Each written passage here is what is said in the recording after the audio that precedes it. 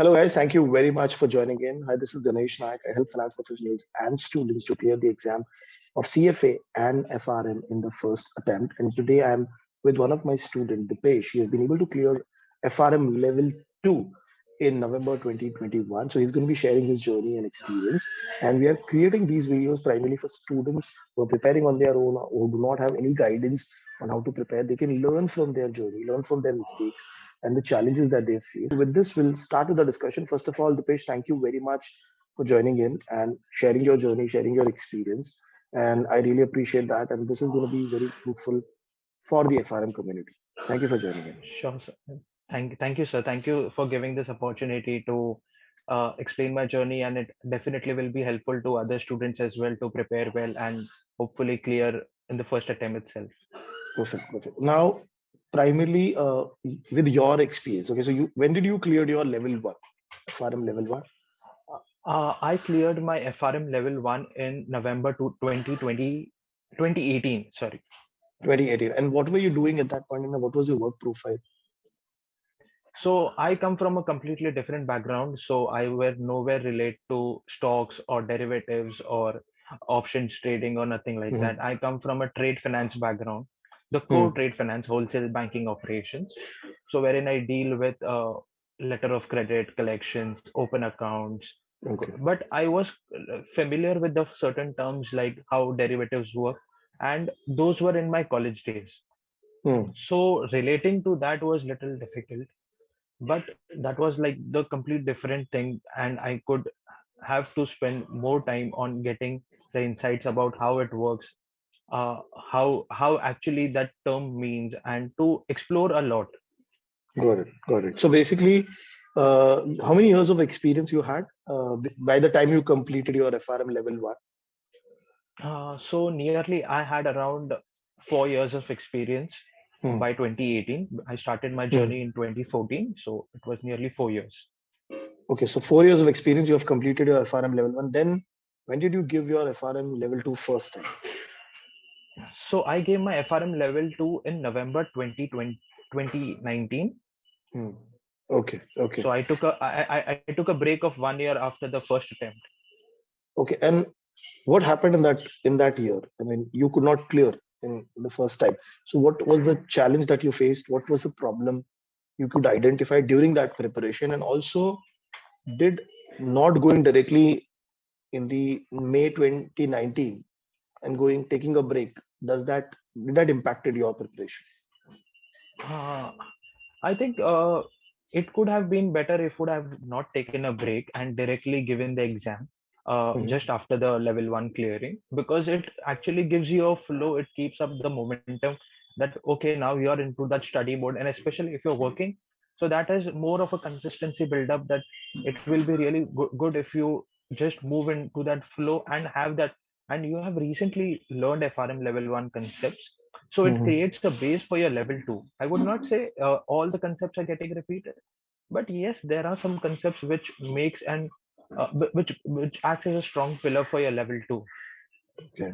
And the second thing that I feel, the level gap that I took was not really fruitful for me. So that was the big mistake that I did. Okay. And how was your preparation during that period of time? Were you sitting consistently for preparation? How many times you were able to complete the Swagger book for level two during your November 2019 prep? Okay.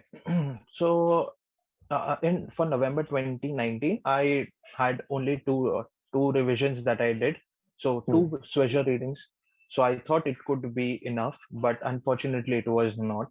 Since it Mhm. is very much theory based, I was giving equal weightages to solving as well. Hmm. Solving, when I say problem solving, numbers solving. So I Hmm. gave equal weightage to the theory as well as to the numbers. So that is what a major turn that you get to see from a level 1 to level 2, wherein the theory weightages completely gets increased in the level 2. Hmm.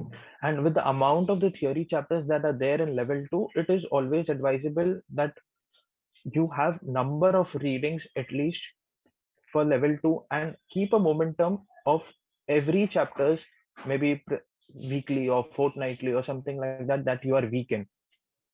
Okay, okay. And were you able to give time during that period, apart from your office, everyday consistent time? Was that No, possible? not really. No, not possible at all because my daily working hours were like almost 10, 12, sometime exceeding 14 hours as well. So building that Okay. consistency on studies was very difficult. So, but somehow I could have to manage, like take a break for some time, or maybe I should not be saying this in an interview, but I should be taking some sick leaves or something so that I could manage on my studies and taking some PLs. Hmm. So that was the time. So that was like the preparation study that I used to do. So that was like trying to devote my time in the much possible way. And on the Okay. remaining days that I used to get, that was especially on the weekends. So over there I used to give at least like 4 hours, 6 hours dedicated hours because to compensate what I missed on the weekdays. Okay, okay. So because there was some consistency was missing, and you focus more on calculation for level two. I think so. These were the two major reasons that actually led you to fail in that November 2019 exam. Am I correct on that Yes, part? to be precise. Yes, to be precise enough, these were the broader main areas that I specially worked upon for 2021 November attempt. Okay. Now, after your 2019, did you immediately went for the level two in May, or did you decided to go later again? So I went for May 2020, but the pandemic started. So Hmm. GARB had postponed it to the later, and it kept moving, postponing to the next attempt and next attempt. So I moved on directly to November 2021 because the Okay. pandemic workload had increased and work timings were not so flexible enough. So that was not really a good time to give the exam. So hopefully in this November 2021, I got a good opportunity and I Hmm. could prioritize the studies more over my work, and that was the routine shift that I did. Okay. Okay. Got it. Got it. Now, primarily for November 2021 exam, when did you start your preparation properly? Which month? So properly I started somewhere around June mid, wherein Hmm. I was giving some like an hour a day or possibly 1.5 hour, 2 hours a day, depending upon my bandwidth that I was available with. But yes, to start building up that consistency and start connecting the dots, I somewhat started between June mid, so that it could build me a consistency, and by June mid and July start, I was fully paced up and got into that routine. Okay, I have to be in that 2 hour study mode of every day and spend some around 6 hours, 7 hours for weekends. Okay. Okay. And from that June till your November exam, how many times the reading was completed by you? The entire treasure reading. Uh, Around 4 to 5 times I had completed, and for some of the books it went up ahead of five, Hmm. especially for the operations risk and the current issues. It was just from a it was not an understanding issue. It was more from a uh, uh, to get the depth of the subjects because it is very much theory. So I keep Okay. Okay. what I so my strategy was keep revising it because it is not Hmm. something that formula driven that once I memorize it and I will get to know. Right. So there were very generic topics, something like climate risk and all pandemic related chapters. So I just kept on reading, and so that it keeps memorizing me, and I have a hang of it. Okay, on this day I have a fair idea about it. Okay. And you also solved the question bank along with the chapter wise question bank. Did you solve it Yes, properly? definitely. Yes. So I had solved the question bank twice. So first one was the due diligently one, each and every problem in the sequential way as it goes, and as the Okay. chapter wise. And the second was I had done the markings in terms of which were the important ones, or okay, I feel like this is a tricky one. I should do it again and maybe possibly one more time before the exam, so Hmm. it doesn't, I don't have to memorize it, but I should be familiar with how I solve it. It is just primarily from a way how it can be solved, what is the concept and what is the idea behind it. Got it. Got it. Got it. And so one time solving of the question bank and again just revising the question bank fast. Am I correct? Yes. Okay. Okay. And did you solve any mock papers before the exam this time? Yes, How definitely. I many? did the mock paper. Around three mock papers I had solved. Hmm. So that was after all my revision was completed, and after all the question bank that I had solved. Post that, I had given the mock papers just to assess like where do I stand, and how well I'm not able to connect with any of the, is there any understanding issue or any gaps Okay. that I am interpreting it to be else and it turns out to be something else. Okay. And from the perspective of the, say, for example, the mock paper solving, were you solving it giving a gap, or were you solving it every single day? So what I did is I did a MWF kind of a thing. So Monday I used to solve, Wednesday I used to solve, and Friday I used to solve. So wherever I Okay. used to lack, so I used to go read, and where did I made the mistake, so make a note of it, and again go to some conceptual things. Okay, get more understanding about it, refer the videos, and that was like to enhance my knowledge. Then again go Wednesday, sit for an exam from 2 to 6, just like a dedicated hour, so that you get into the FRM exam mode, Mhm. and then give the exam. Okay, okay, perfect. So now, when you went for the exam, the day of the exam, okay, 4 hours, 80 questions. First, how was the exam? I mean, was it out of the 80 question in 2021? Did you felt any number of questions very difficult? Any number of questions which were easy to solve? Where some number of questions slightly tricky? So, what was that bifurcation? uh, just to give you the weightages of the question, I felt around 15 to 20 questions were the number solving, and around 60 to 65 were on the theory part, pure theory part, Hmm. but applying conceptual logics. When it Okay. comes to solving, when it comes to solving of numbers, it was all formula driven. It was Hmm. quite straightforward. So if you know the formula, if you are well versed with it, if you have done the solving uh, due diligently, it will be very plug and play kind of a thing for you. Okay, you have Okay. the numbers, you input into the formula, the answer will derive easily. Perfect. When it comes to when it comes to the theory part, they were tweaking the concepts little bit just to check your understandings. So possibly you Okay. can say, okay, this is the concept. So how do Hmm. you interpret it? Can it be a possible way? So it would be a two possible outcomes. So that is when the option of elimination comes greatly into that picture, because you might think, okay, this is also right, that is also right, but there would be a very thin line of difference that you need to understand. Okay. So Okay. it is precisely more on the conceptual checking. So out of that 65 question, how many questions was straightforward, theoretical, and easy for you?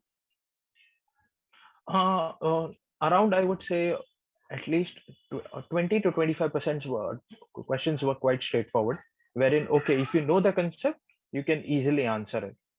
Okay. And the rest, 40, there's some option elimination or something which you have to think. Yes, Okay. yes. You need And you to were scratch able your to, brains a bit. okay, you were able to solve that 80 question properly in 4 hours. Yes, the time bound is well within the limit, so you get actually 4 hours is enough to solve 80 questions. And in the since this was my first CBT, so there was some, so I was not really aware how the CBT module works. So there were some options like to mark the questions, or to Flag the questions. if Yes. you're leaving it, yes, flag the questions. And if you're leaving the questions, you can come back again, and the system automatically prompts you, okay, you have missed this question. So you come back Hmm. again and you can give it. So in terms of 2019 level 2 exam and 2021, did you found any difference in terms of the way the questions were or the way it is written? The number of simplicity of some of the questions have increased, I would say. But yes, it also depends upon how well you understand the concepts. Hmm. Because if you understand the concepts well, it becomes very easy for some of the theoretical questions. Okay, this is the logic. You go and just strike it, and that's the perfect answer. So the only strategy, the only pillar for building that understanding would be, you keep reading Swagger, you keep building the concepts, you keep having Okay. an understanding and have that consistency. Okay. And apart from Sweater, did you picked up any other books, Bionic Turtle or Garp by any chance? No, I only referred the Swagger notes purely in terms of reading. In terms of solving, it was only the intelligence notes that were provided to me and the revision notes. Okay. Now, when the exam result came in primarily, what was be the reaction of people around you, especially your office people, when they came to know that okay, you have cleared the exam? What has been the reaction? Frankly speaking, they were not expecting that I would actually clear, and some of my colleagues didn't even knew that I am appearing for this exam, because every time I used to go and tell them, "How are you going to do that? This does not related to trade finance or any other field. So how are you going to Mm-hmm. do it? How are you going to devote the time, especially in so hectic business hours?" So when Mm-hmm. this thing happened, I just told my managers. When my colleagues came to know, they were like stunned. Okay, you did it within the business hours. So that was like a great achievement that I Wow. got recognized with. So that was the biggest achievement. That okay, and so with that, other people also got motivated. Okay, if I can do it, let me give it a shot as well. Okay, I can try it as well. Perfect. Perfect. Now, if anybody comes to you and asks you for 3 tips on how to prepare for FRM level 2, what would that be? Okay, so for 3 tips, first of all, increase your reading. Read as much as possible as you can for the level 2, because level 2 is primarily theory as well as the logical understanding of the concept. How Hmm. well do you understand that concept? Second would be to have the consistency. If you're not consistent enough, that grip will not be, you will not be able to hold that grip. Okay. And third would be solve as much as possible. So if you think that okay, I'm getting so many theory, I'm tired of it, move to practical. Once you're familiarized, you have a mood change with practical, move again back to theory, because the core lies in the theory questions. The bigger Okay. chunk, 60-65 questions, lies in the theory questions. So that would be like the according to me, 3 tips that I could say of. Perfect. Perfect. Wonderful, Dipesh. And this, I'm very, very happy for your success. And also, this is a good example for students who are working in investment banks into operations field where there is hectic schedule, no specific timeline for the working hours, and they want to go for the exam. So from that perspective, also, even though you were not able to manage it for the first time, but the second time you did it properly and you were able to dedicate time and effort, and that effect was seen in your result, right? So your journey is Yes, definitely going to be helpful for students who and motivate them primarily to go for the exam even though they have some hectic schedule in their office, because the office work will never change, right? yes, You have to true. find time, you have, because it's your career, you have to be serious on that part. Okay. So with that perspective, this interview is going to be very helpful for them. And thank you once again for sharing Thank, your journey, sharing your experience, and really, really very happy for you on your success. thank you, sir. Thank you, sir. Thank you so much. Thank you.